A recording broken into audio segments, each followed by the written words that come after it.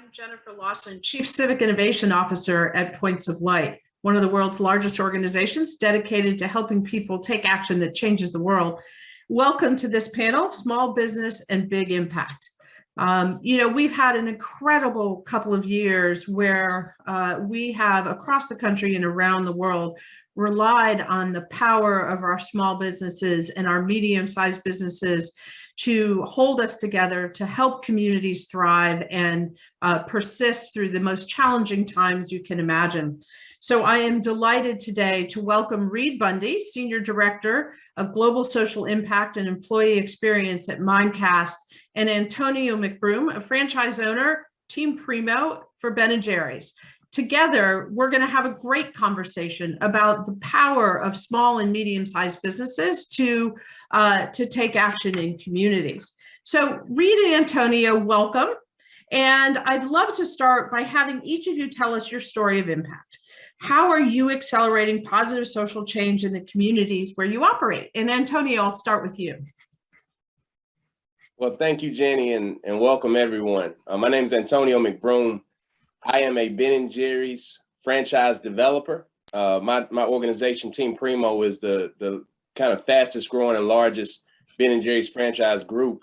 But at heart, we're social entrepreneurs who are committed to improving both the racial and socioeconomic equity in our local communities that we serve in. So we're a Black-owned, Black-led, majority people of color team. And we exist to grow the collective opportunity for marginalized communities throughout the Southeast through mentoring, coaching, leadership, and development. So our key purpose is to curate and develop businesses, real estate, and leaders to create a collection of highly valued resources and assets when assembled together.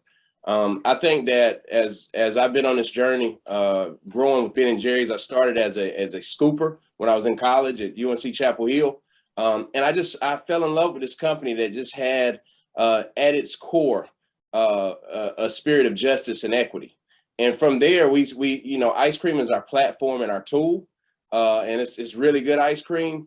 But really, it's a platform to really make change and have impact in our communities. And so our organization, Team Primo, is doing just that through our programs that we develop our team and grow leaders. And we also really focus on partnering with organizations in our respective communities that align with our values and align with our passions. I personally am very, very passionate about the field of education. My mother was an educator, and she always told me one thing some people can never take from you is what you know and your knowledge. And from that, it's always inspired me to teach and mentor and lead. And so I was at a crossroads actually when I was graduating college and trying to figure out if I wanted to go in the field of education specifically as I feel like I'd been called to do and my mother had done, or if I wanted to do entrepreneurship so I could really kind of make some community change and impact my family and community's financial trajectory. And I was at this crossroads, and I did Teach for America for a few years while I was doing entrepreneurship and running the first business. And what I learned was that through business, I could actually make this business my classroom. And by having a successful business, we could really impact our communities in substantial ways by offering internship programs, we've done that for 7 years now, and it's a magical thing. We've got amazing success stories where one of my younger business partners actually started as an intern in college and really improved and became an owner of Ben & Jerry's Market. And we also have scholarship programs that we run. So, between kind of internally having this passion for education, we also have seen that there are organizations who truly live and breathe this, and it's their specialty. And so working with them to heighten their platforms and heighten their message is another key way that we have social impact. Antonio, it's so inspiring. I think we're learning more and more about the power of experiential learning and kind of coming back to that core hands-on experience to develop leadership and develop skills as a pathway for so many that was lost for a while. And I think programs like yours really start to bring that back. Reid, over to you at Mimecast, a slightly bigger organization. How are you understanding social impact and what it means at your company? Yeah, thank you, Jenny. So yes, definitely a different profile. So Mimecast, we're a cybersecurity company. We're based here in Lexington, Massachusetts. We've got about 1,800 employees, 13 offices globally.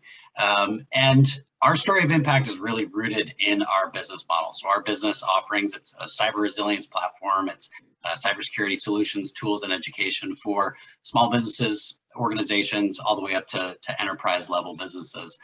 And we've really built out our social impact program to reflect our business and to complement our business. It's primarily on youth empowerment and workforce development. And we do that through core strategic partnerships in each of the regions that we operate. So in each of those global regions, we have what we call our signature partner. And we recognize that, while we're maybe not a small business, we're certainly not the biggest fish in the pond when it comes to the tech industry. So we're never going to write the biggest check. But if we can identify those partnerships in each of our markets where we feel like we can really add value beyond the check and really go beyond the dollars, leveraging our people, leveraging our resources, our product, those are the integrated relationships that we find really thrive. So I'll use the example of Europe, who's our signature partner here in Boston. They're a well-known organization. They have corporate sponsors that are far bigger than us, there's no question, and that's fantastic. But we've actually built out a really dynamic multi-year relationship with them because we're able to create this two-way sort of beneficial relationship. So we've brought through dozens of interns, Europe interns. We've hired several of them full-time. I had one on my team for a while, and we're seeing that we can really feed our own pipeline and really serve our own interests through our partnership with Europe. So when I think about that notion of going beyond the check, that's where we really start getting our key stakeholders, our employees, most excited about their contribution, right? It's not the finance team cutting a check and sending it out the door. It's us all getting out there, mentoring, volunteering, and really creating a very real and meaningful relationship for all of our stakeholders. Yeah, I was lucky enough to hear a speech recently from Brian Stevenson, who won an award from Points of Light. And he really talked about proximity and getting close to people and problems as a way to help us move forward. And I just thought it was such a powerful statement. And clearly, when you provide those opportunities for engagement and learning and internships, it gets us more proximate than that check writing experience for sure. Though, as coming from a nonprofit, we appreciate the check writing as well. So let's not make it either or. That's right. For sure. So Antonio, over to you a little bit. So who is driving the causes and social issues that you champion? How do you choose and how does it work inside your organization? Yeah, I think, as the owner of the company and visionary leader, I have a passion for making change. Now, the how-to and giftedness to be effective with it is not my core competency. I'm a serial entrepreneur, and I had to have that kind of humbling look in the mirror experience with myself to say, hey, I want to do good, but I don't necessarily know how to. And, believe it or not, our internship program really birthed what I think has been the key for us in making social change. And that is there are people who their calling is activism. Their calling is community organizing. And so Anna Massey was an intern for us in the early days, and now she's our senior social mission strategist, right? And she handles this and does it in a way that I could never do it. And I think part of her strategy is using the platform and position she has to really identify aligned groups in our communities that are doing amazing work. Our number one partnership is with an organization called We Are, and that's working to extend anti-racism education, right? So I'm very passionate about racism. I'm very passionate about education, and this organization exists to really kind of get to the core of the intersection of those two issues. And so from the beginning, when this organization was just starting, our Ben and Jerry's team would provide ice cream at the conferences they would have for educators all around the state. So, just giving that kind of extra recruiting tool that they needed. And then as the organization grew, it needed like some kind of financial insight. And so we, as a leader, I joined their board, right? And it's just these different ways that we really kind of go in and serve the organizations that are really doing the impact work. I think that's been what really drives it. And then underlying all of that is our overall team. You know, having, as Reid mentioned earlier, when the team truly owns and has vested interest in the issues that you're supporting, I mean, that's where the magic really happens, right? It's one thing when it's coming from my desk and it's something that's important to me, but you know, we have a platform where team members, if they're passionate about a cause, they can voice it. One of our Franklin Street Chapel Hills team members is really passionate about criminal justice. So they created a platform for that to do a prison books collective where customers are able to drop books off in our shop and we mail it to the prison for additional reading opportunities for folks who are incarcerated. So that's an example of just exactly what Reid was saying. It's a true team effort. Yeah, that's great. I mean, I think those values of sort of like finding a strategic partner that can help you amplify and refine your values and sort of live those values into communities, so important. And then listening to team members, right? Like reflecting what your employees are telling you about what they're passionate about and finding pathways. Like we just have the data that shows it's great for recruiting and retaining those employees moving forward. So Reid, what is driving inside Mimecast? How does it work there? Yeah, so we're very fortunate in that our executive team, in particular our CEO, are very passionate about integrating this into our business and having it be really a core element. But not every company has necessarily that level of buy-in from your executive team, and so getting that grassroots support is so critical. And where I've had a lot of success, both in this role and in previous roles, are with the employee resource groups. So if your company does not have an ERG or any ERGs, I would highly encourage you to just put out a post and you'll find people will come to you, right? And so our ERGs, we have 4. We have one representing women, people of color, our pride group, and our newest called My Mobility, focused on folks on a diverse learning spectrum. And what we have found is that group is just raring to go, and they want to be a part of our social impact efforts. And so that's just like built-in ambassadors that we can lean on at any given time. I'll also just say, sometimes your best advocates are the ones you haven't even hired yet. So we partner with our talent team to ensure that our questions that we're asking candidates, we're focusing on our values, what we call the Mimecast way. We're focusing on our emphasis on diversity, equity, inclusion. We're focusing on our community partners. We're understanding our candidates' interest in that.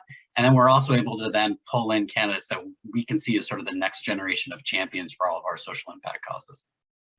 Yeah, I think that the power of connecting your recruiting and your social impact work is just, it's everything, especially as we bring Gen Z forward. What we know is that they are passionate and engaged, and our data shows doing 3 times more than any other generation. So they are like out there, you know, marching and using their voice and their social media and their voting, and they're like an engaged workforce is coming at us like nobody's business. And so how we prepare for that by making sure that we are aligned with our social impact programs and what's happening is really the piece that's coming forward for sure.